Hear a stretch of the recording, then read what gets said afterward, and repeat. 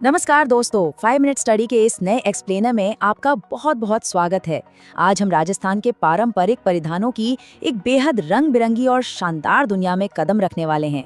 जरा कल्पना कीजिए कि हम एक वर्चुअल 3D म्यूजियम में घूम रहे हैं, जहां हम इन कपड़ों की सिर्फ खूबसूरती ही नहीं बल्कि उनकी जबरदस्त फंक्शनैलिटी और इतिहास को बिल्कुल करीब से देखेंगे। तो क्या हम तैयार हैं? चलिए बिना देरी किए शुरू करते हैं। आज हम चीजों को बिल्कुल बेसिक से शुरू करके गहराई तक ले जाएंगे। पहले हम राजस्थान के बुनियादी रंगों को समझेंगे, फिर पुरुषों के कपड़ों और अंगरखी की बनावट पर जूम इन करेंगे। उसके बाद महिलाओं के पहनावे और ओढ़नी के कोड्स को डिकोड करेंगे और आखिर में बात करेंगे उन कमाल के आभूषणों की जो इन कपड़ों को पूरा करते हैं। तो आइए सबसे पहले बात करते हैं सेक्शन 1 की, राजस्थान के रंग। जब भी हम राजस्थानी कपड़ों की बात करते हैं तो एक नाम सबसे पहले आता है, कसुमुल। कसुमुल मतलब एकदम चटक गहरा लाल रंग। सच कहूँ तो ये सिर्फ एक रंग नहीं है, ये वहाँ की संस्कृति की धड़कन है। ये रंग खुशी, ऊर्जा और जीवन का सबसे बड़ा प्रतीक माना जाता है। कह सकते हैं कि कसुमुल के बिना राजस्थानी पहनावा अधूरा है। आगे बढ़ते हैं सेक्शन 2 की तरफ, जहाँ हम देखेंगे पुरुषों की पारंपरिक वेशभूषा। मेरी पगड़ी की लाज रखना, ये डायलॉग तो हम सब ने कभी न कभी सुना ही होगा, है ना? पगड़ी वहाँ सिर्फ सिर ढकने का कपड़ा नहीं है, बल्कि ये सम्मान और प्रतिष्ठा का अल्टीमेट सिंबल है। इसका सांस्कृतिक वजन बहुत भारी होता है और अगर इतिहास में जाए तो मेवाड़ के महाराणा लगभग 78 फीट लंबी पगड़ी बांधते थे। जरा सोचिए, 78 फीट, और इसे बांधने के लिए बाकायदा छापदार नाम का एक खास अधिकारी होता था।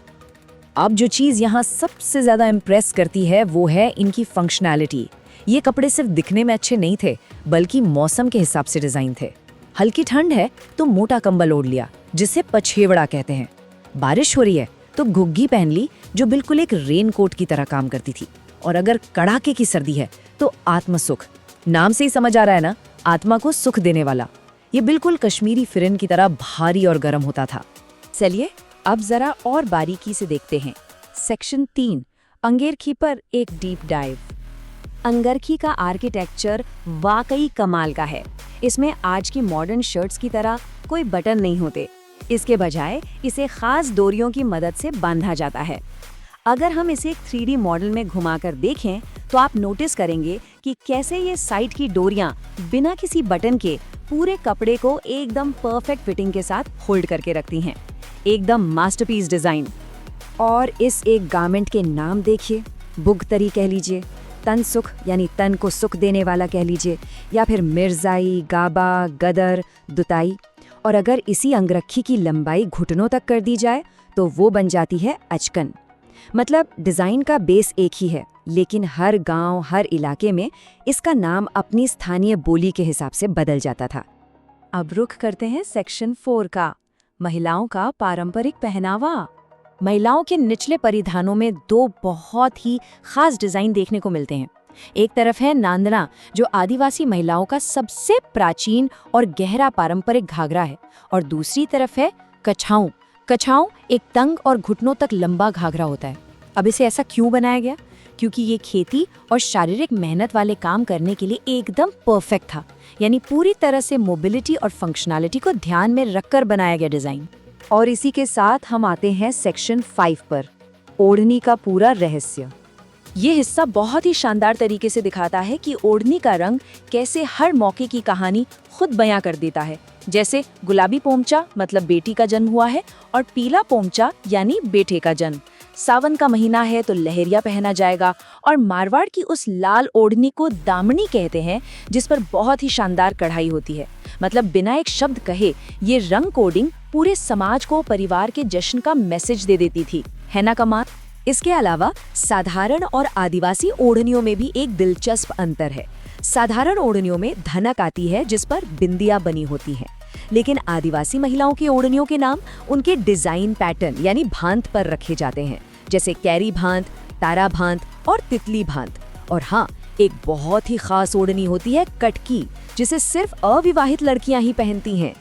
फाइनली सेक्शन 6, परिधानों का श्रृंगार यानी पारंपरिक आभूषण। माथे का ये आभूषण सच में किसी को भी हैरान कर सकता है। इसका नाम है टीडी भलको।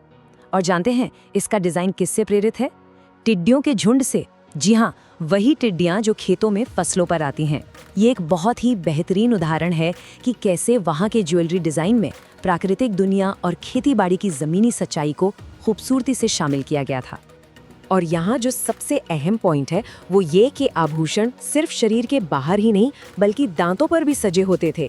एक तरफ है रखन, जहाँ दांतों के ऊपर सोने की ठोस प्लेट लगाई जाती है, और दूसरी तरफ है चूप, जिसमें दांतों के बीच सीधे सोने की एक कील जड़ दी जाती है। दांतों के अंदर सोने की कील जड़वाना ये अपने आप में कितनी अनोखी और इंटेंस प्रैक्टिस है। तो दोस्तों, इस एक्सप्लेनर के आखिर में हम एक बड़ा और सोचने वाला सवाल छोड़कर जा रहे हैं। राजस्थान की ये जो अत्यधिक फंक्शनल और मौसम के हिसाब से बनाए गए डिजाइन्स हैं, ये आज के ग्लोबल मॉडर्न फैशन को खामोशी से कैसे आकार दे रहे हैं? क्या आज के कपड़ों में भी इन प्राचीन बिना बटन वाले या घुटनों तक लंबे डिजाइन्स की झलक देखने को मिलती है? इस बारे में जरूर सोचिएगा। आज के इस एक्सप्लेनर में हमारे साथ जुड़ने के लिए बहुत बहुत धन्यवाद।